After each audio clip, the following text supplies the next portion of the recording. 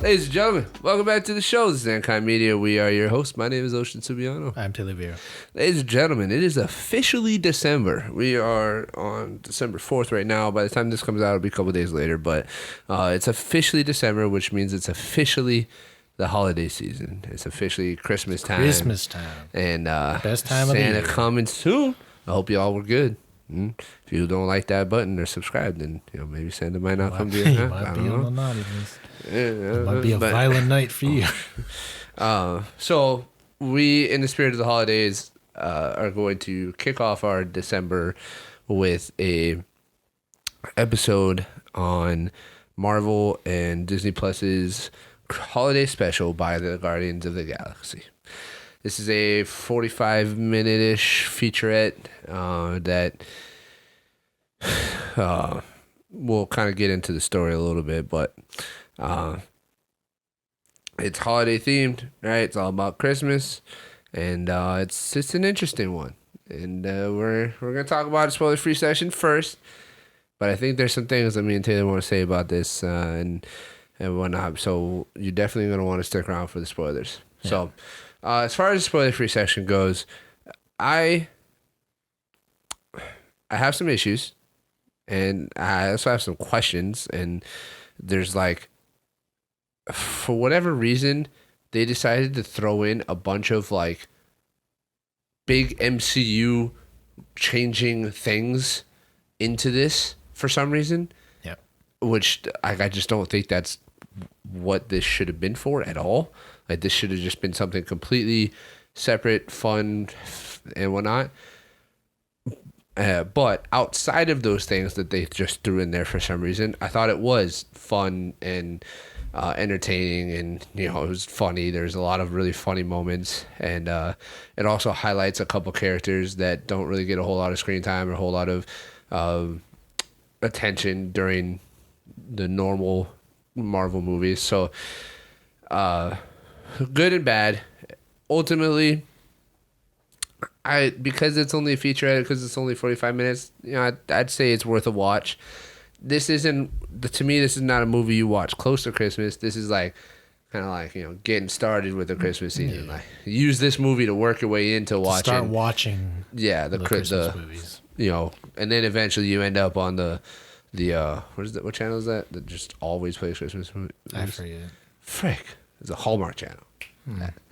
And eventually you end up on the Hallmark channel. But this don't go on the Hallmark channel. This is the beginning. All right. So I don't know. What did you think? Spoiler for you, Taylor. Bottom line, this is a must watch. Only because it has stuff in here that should not be in here. Because it has things that are gonna matter later on. Yes. In the MCU. So, I am so mixed on this special. But you should watch this. Yeah. If you're a Marvel fan, you need to watch this. Yeah. If you're not, you can probably pass. But as a holiday special, it's good at its core. But because you mix so much things that are kind of important that should not be here, it's a little weird. Right. No, I agree. That's pretty much how I feel.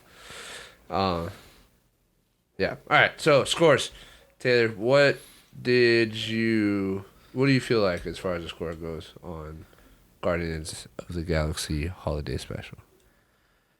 It's a 5. 5. So just average, run of the mill. Yeah. Nothing crazy bad either. Yeah. All right. I'll give it one more point. I'll give it a 6.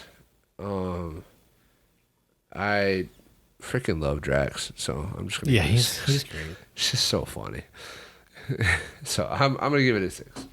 And we'll dive into some spoilers now, ladies and gentlemen. So if you're not seeing this holiday special, go give it a watch. It's only 45 minutes.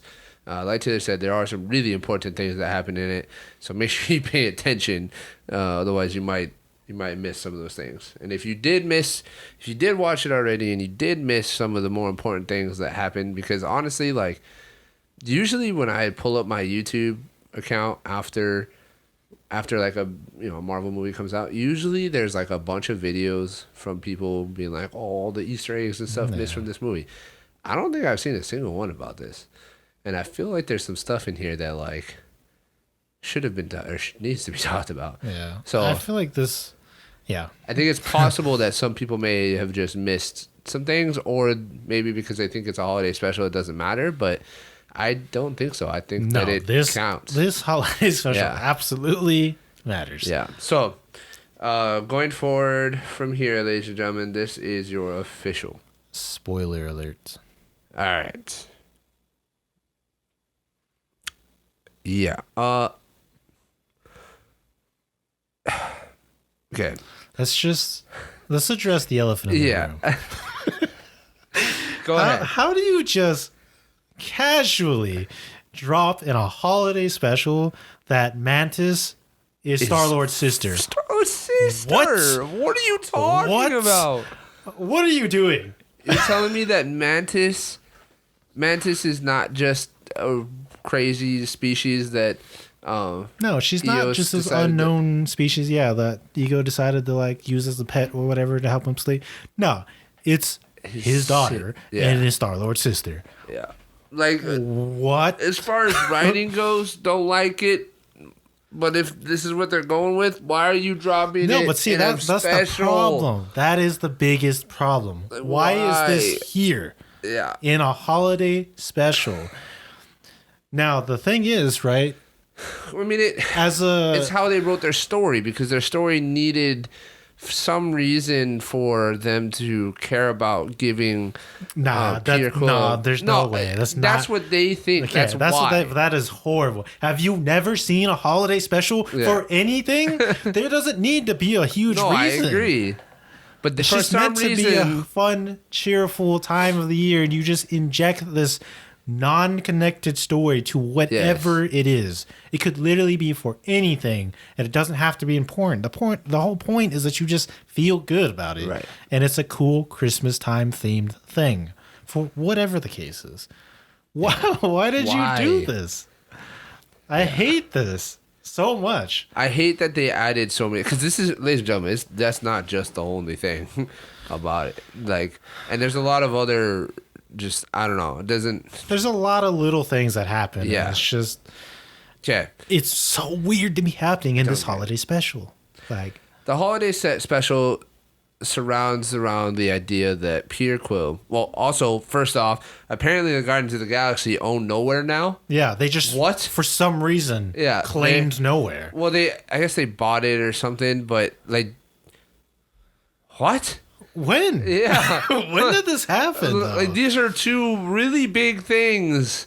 Because, like, Nowhere is like it's like a fortress. It's like a base of, and now they own it, and now they're a collection point for outcasts and bandits that just are good now and okay. Like, what? Because I don't know. So Quill is obviously really sad still because Gamora left him and he doesn't have Gamora anymore. Yeah. So like he's obviously really sad, and he's trying to keep it together as the leader of Nowhere now. And Mantis, being his sister, decides that, we need to give him a good Christmas present. And her and Drax, well, it was mostly Drax's idea, but her and Drax decided it's a great idea to go and hit one of his icons from kidnap one of his icons from Earth, Kevin Bacon. Yeah. So they go to Earth to kidnap Kevin Bacon. And in a nutshell, just honing in on this aspect, it's great. No, it's yeah, hilarious. This part is super funny. Amazing. This is totally fine. Yeah. This is like the actual holiday special stuff. It's hilarious because why do you get a little guy but I do? Why do you get your candy cane but I can't get my little guy? Go Drax. It's so great. But there's a lot of even within this storyline, there's a few things that are kind of like when they go to Earth and they go to the Hollywood Walk of Fame, and Drax decides to beat up this freaking droid thing. And I don't know. I mean, at this time, there's like the Avengers are still in charge of protecting the planet and stuff, and like I don't know, if the Guardians of the Galaxy came back, you think the Avengers would know, like if a gigantic ship Just strolled appeared on in, by. yeah, and we get a funny moment because they're like flying over a neighborhood and everybody's like looking up at them like in shock. And Mantis is like, you put on the cloaking device, didn't you? It's like, yeah, absolutely. I just watched you turn it on in front of me. No, you didn't. It's funny, but it's also like, so what happened? Yeah, like all these people, like 100+ people saw your ship, and no response of any kind. Nobody panicked. Like it's and not alerted somebody. Yeah, and was like, aliens again. We might be under attack. Yeah, I don't know. And then there's this whole scene of them actually trying to kidnap Kevin Bacon, which was really funny in and of itself. And again, provided us with a lot of like little really funny moments. But it also was just another moment of like, the police officers are fighting some of the Avengers. See, I had a big problem when the cops came, and it's like,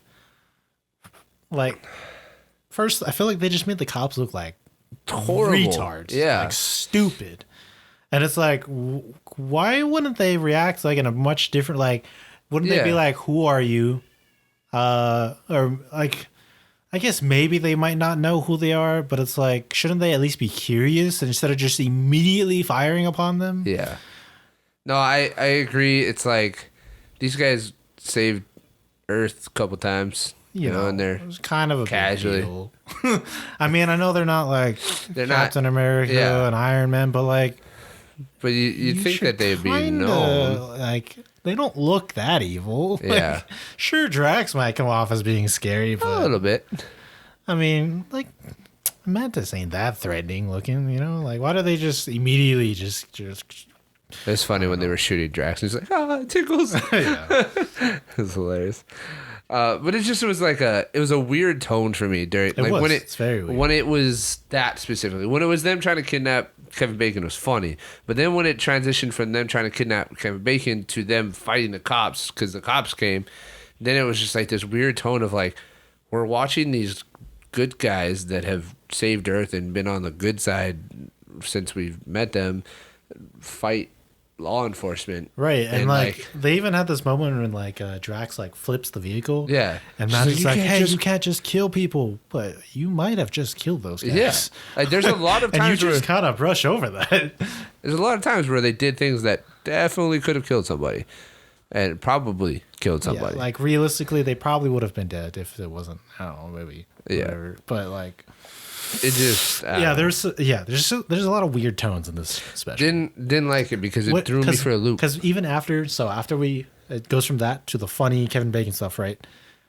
Then there's this. I don't know about you, but I was like totally surprised by this weird, creepy Mantis going through the house, like her, she looked hella creepy. Yeah, it was weird. I was like, whoa. And she was like jumping on the stairs and the railing, and like it was literally jumping around. It was weird. Okay, if you wanted a horror version of this is what it would be.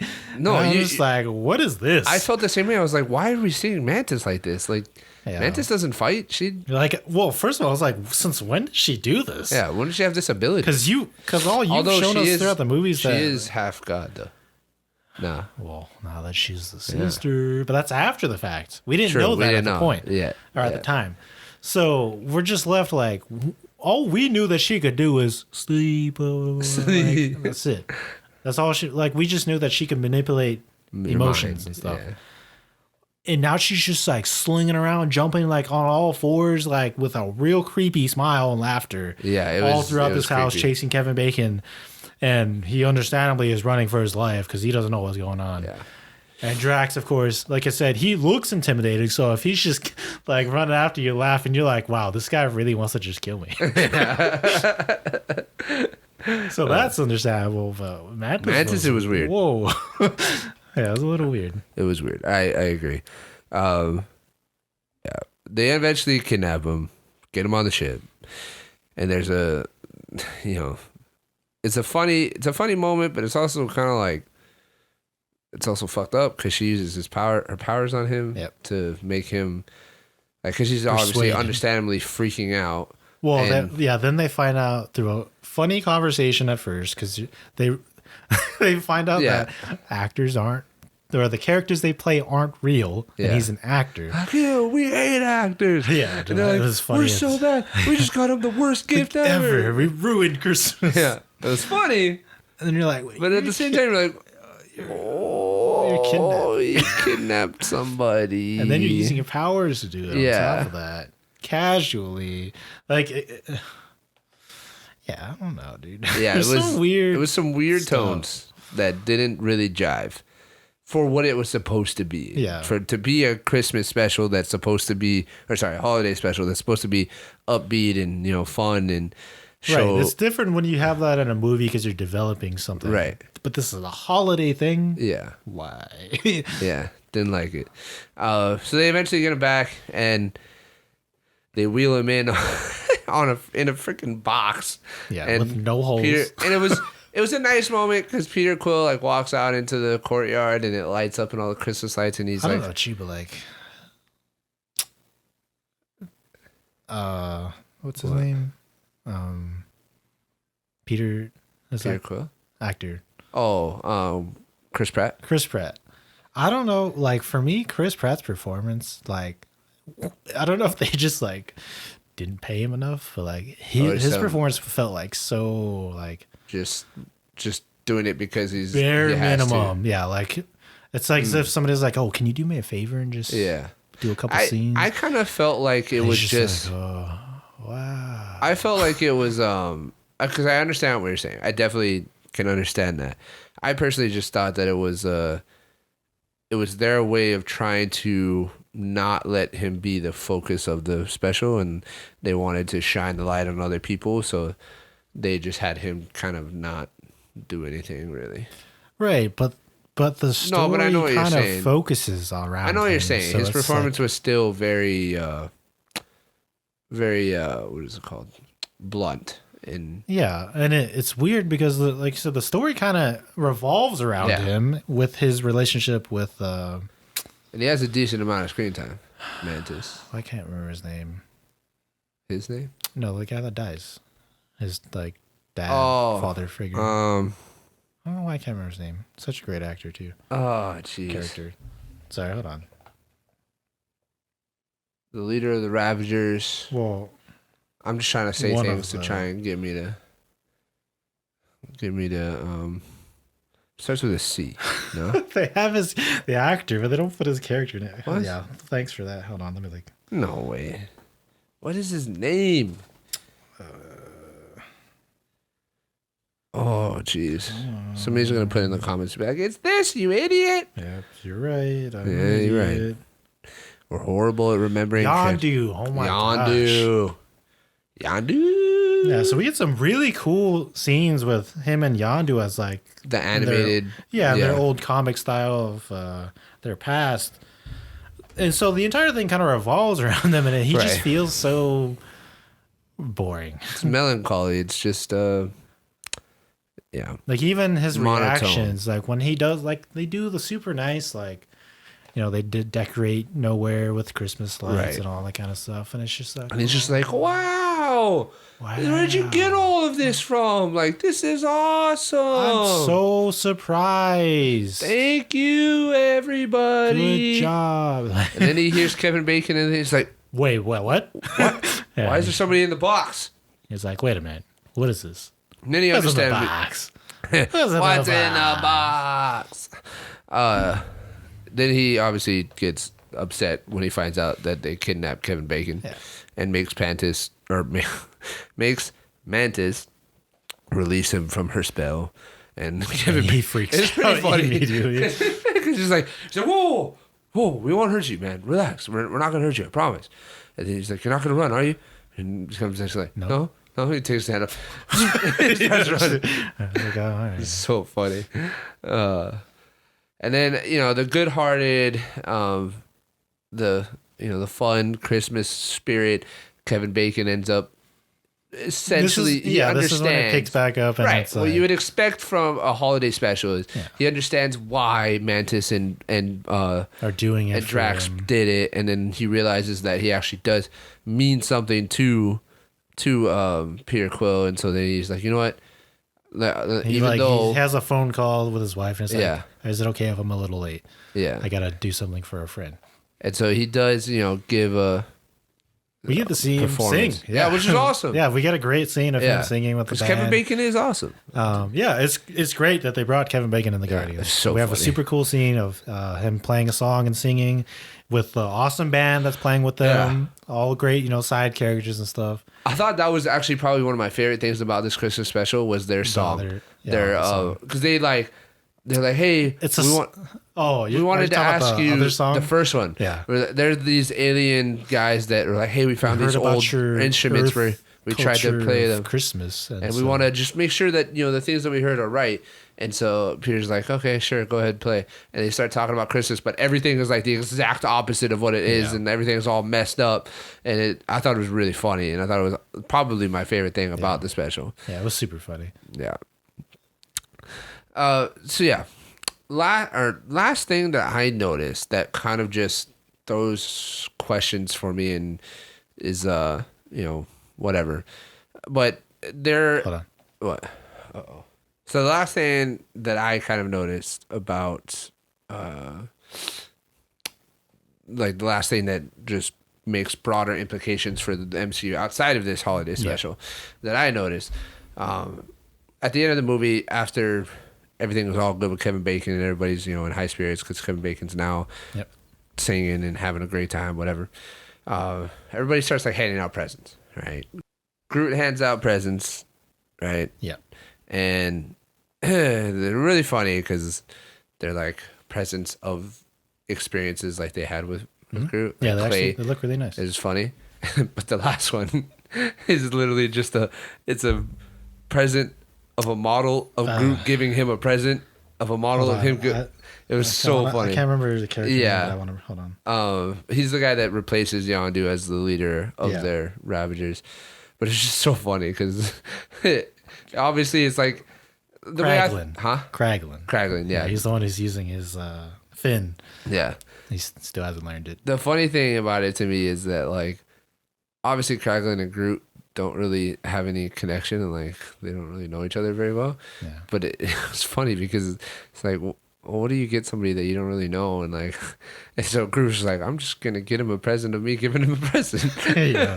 It's like a claymation of him giving opening his present, holding it, him holding the it's moment like a mirror in time, effect. Yeah, that is constantly happening. So it's smaller, smaller, and smaller. Yeah, and it's so really funny. cool and it's really funny. But what I was talking about is, I think it's Nebula that gives it to Rocket, but somebody gives Rocket a present and he opens it and it's Bucky's arm. Oh yes, it is. Yeah, it's Nebula, right? Yeah. Which is funny because back in the first Guardians of the Galaxy, he asked, or was it Guardians, or it might have been Avengers. I think I don't know, but at some point way back then, it had to have been Avengers. He asked Bucky how much for the arm, and Bucky's like, I'm not selling you my arm, and he's like, I'm gonna get that arm. So it's funny that eventually he has the arm, but it's also like, where did you get Bucky's arm? What did you do?